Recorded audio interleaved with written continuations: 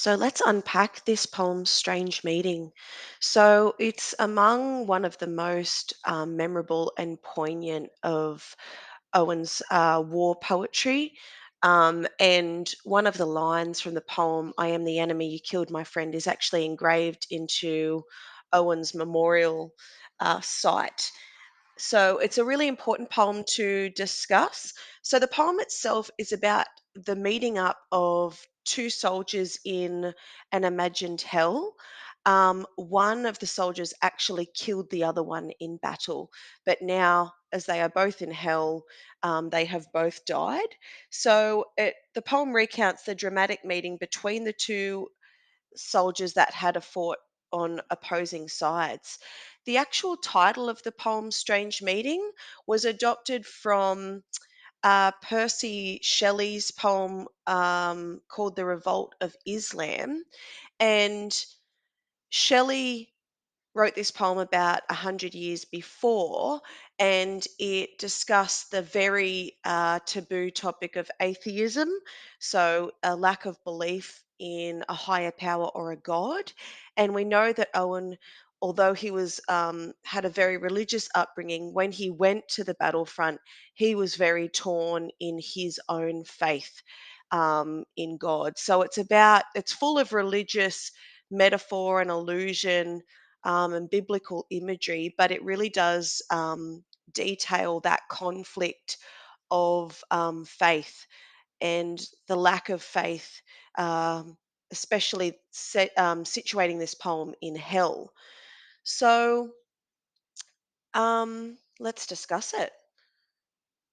So let's read the first stanza, shall we? It seemed that out of battle I escaped down some profound, dull tunnel, long since scooped through granites which titanic wars had groined. So we have the persona finding himself underground beneath the battlefield, but finding some sort of respite or some sort of freedom from that. So he's been able to escape and he's down underground. But we know that, you know, what's what is a place that is dug underground beneath the earth? Hell itself. So it seemed that out of battle I escaped. So there is a sense of ambiguity here that he's not really sure why he's there. Perhaps he's been killed and doesn't realize how what's going on. So down some profound dull tunnel. The idea of we've got assonance here, long since scooped um, through granites which titanic wars had groined. So we've got a really ominous kind of repetition of that O sound, and it reinforces the idea that it's not the first time that people have found themselves in this place, and many wars have come before um, World War One in this case, um, and Titanic. Bigger, larger wars have actually dug out this tunnel to pave the way for new dead soldiers. Next stanza. Yet also their encumbered sleepers groaned, too fast in thought or death to be bestirred. Then, as I probed them, one sprang up and stared, with piteous recognition in fixed eyes, lifting distressful hands as if to bless. And by his smile, I knew that sullen hall. By his dead smile, I knew we stood in hell. Okay, so we've got encumbered sleepers. That's a metaphor for dead, and they're groaning. So they're sort of a bit unsure of where they are, or they're in some sort of pain. Um, they're just sort of a bit out of it. But the speaker's actually probed one of them who has sprung up, and we've got this idea of piteous recognition. So we know that the the one that has sprung up is actually recognizing the speaker, the persona, sorry, because as we find out later in the poem, he actually killed him. So this idea of lifting distressful hands, sort of um, pleading mercy to say, um, please don't hurt me. But it's also here to bless. So we've got a bit of a paradox going in. We're not sure if he's afraid of him or that he's blessing him. And that uh, this encumbered sleeper is smiling, which is a bit of a paradox. You don't expect him to have this kind of look on his face. And then we've got the anaphora. I knew that in this sullen hall, I knew we stood in hell. So the repetition, I knew, I knew. So the actual persona is coming to some sort of gradual realization that he is in fact dead too, and that he is found himself in hell. So we've got biblical imagery here: sullen hall, head, um, hell, and encumbered sleepers groaning. So we've got the idea that they're in some sort of pain. All right, let's look at the third stanza. This is a long one. With 1,000 fears that vision face was grained, yet no blood reached there from the upper ground, and no guns thumped or down the flues made moan. Strange friend, I said, here is no cause to mourn. None, said the other, save the undone years, the hopelessness. Whatever hope is yours was my life also. I went hunting wild after the wildest beauty in the world, which lies not in calm eyes or braided hair, but mocks the steady running of the hour, and if it grieves, grieves richlier than here. For my glee might many men have laughed, and of my weeping something had been left, which must die now. I mean the truth untold, the pity of war, the pity war distilled. Now men will go content with what we spoiled, or discontent, boil bloody and be spilled. They will be swift with the swiftness of the tigress. None will break ranks, though nations trek from progress. Courage was mine, and I had mystery. Wisdom was mine, and I had mastery. To miss the march of this retreating world into vain citadels that are not walled. Then, when much blood had clogged their chariot wheels, I would go up and wash them from sweet wells. Even with the truths that lie too deep for taint, I would have poured my spirit without stint, but not through wounds, not on the cess of war. Foreheads of men have bled where no wounds were. So, like I said, quite a large stanza here and lots of stuff going on. We've got religious allusion, we've got classical allusion to Roman mythology and like gladiator games. So, let's have a little look. We've got a bit of para rhyme happening, so almost rhyme. And Owen has used this deliberately to create a sense of tension and unease.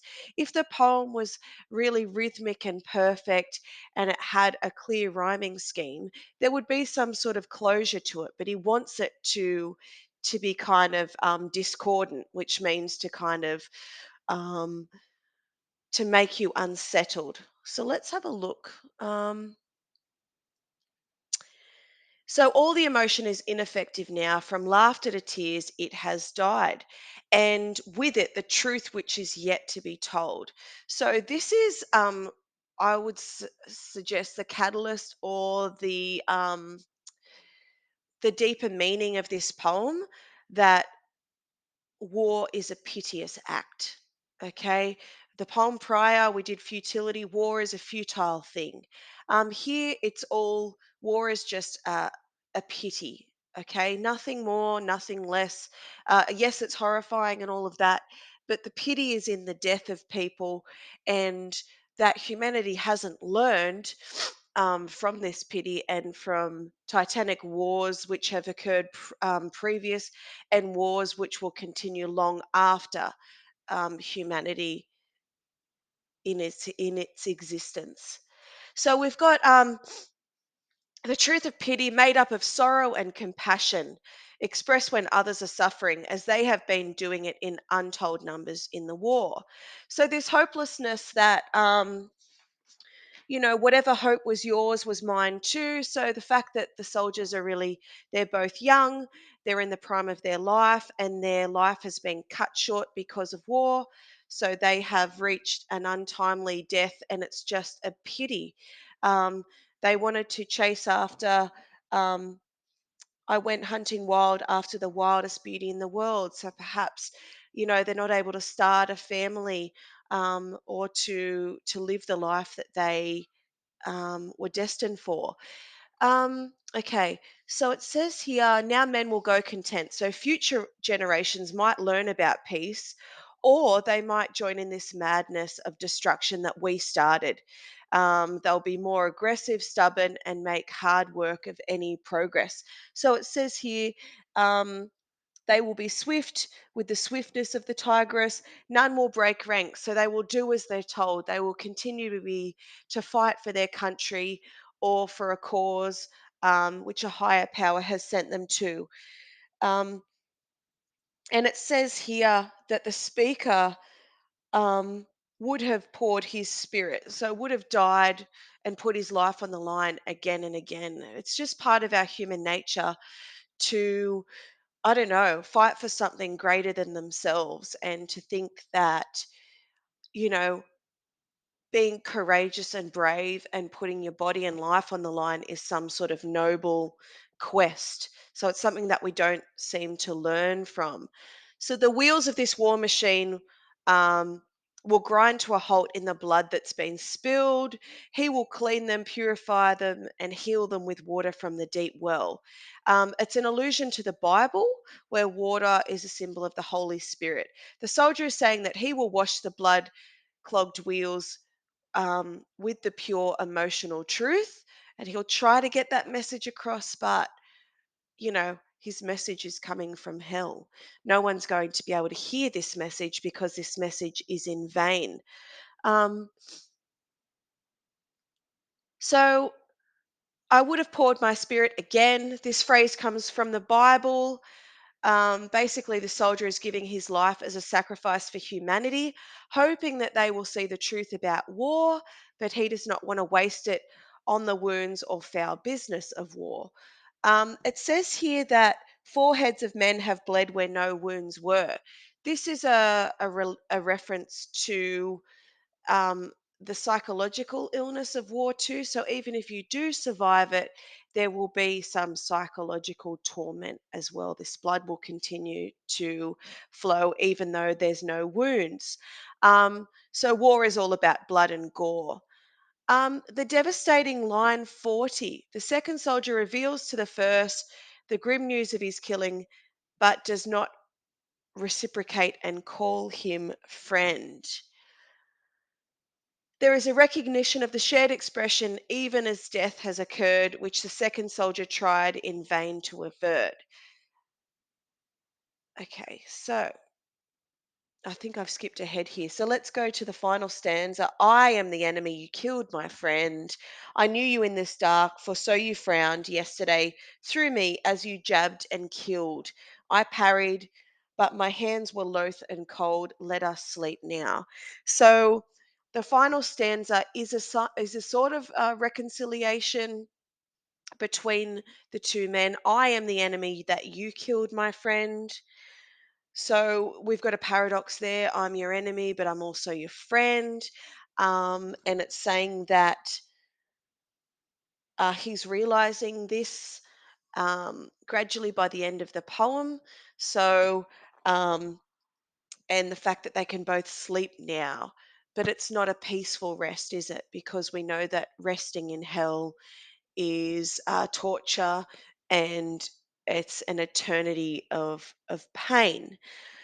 So, yeah, this poem presents so many ideas, but basically it's saying that even though we're taught to believe in hate and we're taught to believe in enemies and we're taught to say, you belong to this side, I belong to my side, and we're going to fight for, whatever it is we're told to fight for. Um, in death, that's the point where humanity, that's the ultimate equalizer. You know, we are no longer enemies, okay, because the enemy, um, which is war itself, has brought us to our end. So in a time where people were people at home as well, and war propaganda was teaching people um, to continue to fight and to hate and to loathe each other. It was a poem of reconciliation, a poem of love and mutual respect, and being able to come together and find some sort of common ground, because in death, we're all the same. So yeah, look, there's lots of ideas in this, and in the lessons, in the analysis questions, it gets you to explore and unpack in greater detail what all these messages mean. um, so through your annotations, through the additional YouTube videos of teachers unpacking the poem itself, through our Zoom chat, and through your own reflection on this poem, hopefully you'll come to a greater understanding of what Owen was trying to get across before he died. Um, so I just want to end this video. There's a point here about Owen's purpose. Oh dear. Sorry, guys. Um, so Christ is literally in no man's land. Okay, that's what Owen wrote home. He thought that